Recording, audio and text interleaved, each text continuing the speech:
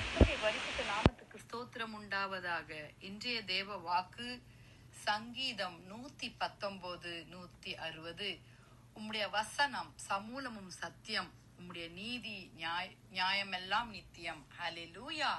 கர்த்தருடைய நீதி நியாயமெல்லாம் நித்தியமா இருக்கிறது. தேவ பிள்ளைகளே, அவர் சகலத்தையும் அவர் சத்தியத்தை கொண்டு இந்த வேதத்தில் அநேக காரியங்களை நமக்கு குறித்து ஆண்டவர் தந்து கொண்டிருக்கிறார். வாலிப பிள்ளைகளே, ஹல்லேலூயா. அவருடைய வார்த்தைகள் ஒவ்வொன்றும் இந்த வேத புத்தகத்திலே மண் குகையில கர்த்தருடைய சொற்கள் மண் குகையில் 7 தரம் உருக்கி புடமிடப்பட்ட வெள்ளிக்குப்பான சுத்த சொற்களா இருக்கிறது என்று சங்கீதம் 12:6 நம்ம படிக்கிறோம். வாலிப பிள்ளைகளே, ஆம், ஆண்டவருடைய வசனம் குறைவற்றது, ஆத்துமாவை உயிர்ப்பிக்கிறதா இருக்கிறது. ஹல்லேலூயா. கர்த்தருடைய சாட்சி சத்தியமும் பேதைகளுக்கு ஞானியமா இருக்கிறது என்று நம்ம வேதத்துல வாசிக்கிறோம். வாலிப பிள்ளைகளே, இந்த வேதத்தை ஆசையா வாசிக்கணும், பாசமா வாசிக்கணும், நேசமா வாசிக்கணும். எவ்வளவு வாசிச்சாலும் நமக்கு திருப்தி அடையாதபடி நம்ம வேதத்தை தேடி தேடி வாசிக்கணும். வாலிப பிள்ளைகளே, இது கடைசி காலம். அது கர்த்தாவே நீ சமீபிக்கிறீர், உங்களுடைய கற்பனைகள் எல்லாம் உண்மை என்று நம்ம இதே சங்கீதம் 119 நீங்க அந்த வேதத்தை குறித்து நீங்க வாசிச்சுட்டே வந்தீங்கன்னா ஹல்லேலூயா ஹல்லேலூயா, வேதமே என் மன மகிழ்ச்சின்னு சொல்லுவாங்க.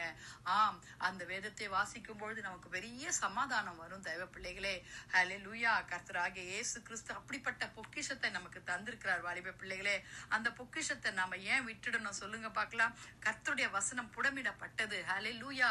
கர்த்தர், ஹல்லேலூயா, கர்த்தருக்கு பயப்படுகிற பயம் சுத்தமும் என்றென்றைக்கும் நிலைத்திருக்கிறதுமா இருக்கிறது.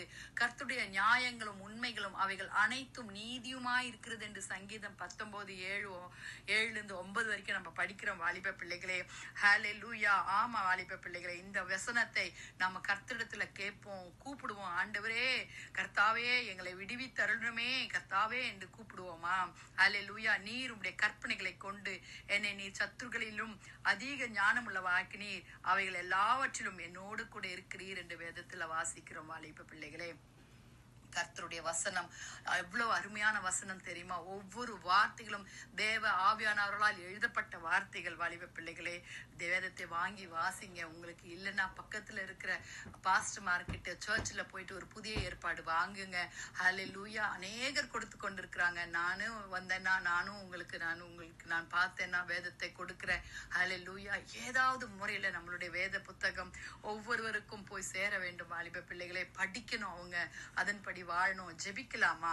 ஆண்டவரே, கர்த்தாவே, உம்மை துதிக்கிறோம் அப்பா. இந்த அருமையான இந்த காலை வேலைக்காய் உம்மை நன்றியோடு உம்மை துதிக்கிறோம். கர்த்தாவே, உம்மை ஸ்தோத்திரிக்கிறோம். பிதாவே, உம்மை துதிக்கிறோம். அருமையான இந்த பொக்கிஷமாகிய இந்த ஆண்டவரே, உம்முடைய வேதத்திற்காக ஸ்தோத்திரம் ஐயா. உம்மை துதிக்கிறோம். அழிவில்லாத வித்தினால் அல்ல, என்றென்றைக்கும் நிற்கிற ஜீவன் உள்ளதுமான தேவ வசனமாகிய அழிவில்லாத வித்தினாலே மறுபடியும் ஜெபிக்கப்பட்டிருக்கிறோம் என்று 1 பேதுரு 1:23 வசனத்துல நாங்கள் வாசிக்கிறோமே அப்பா.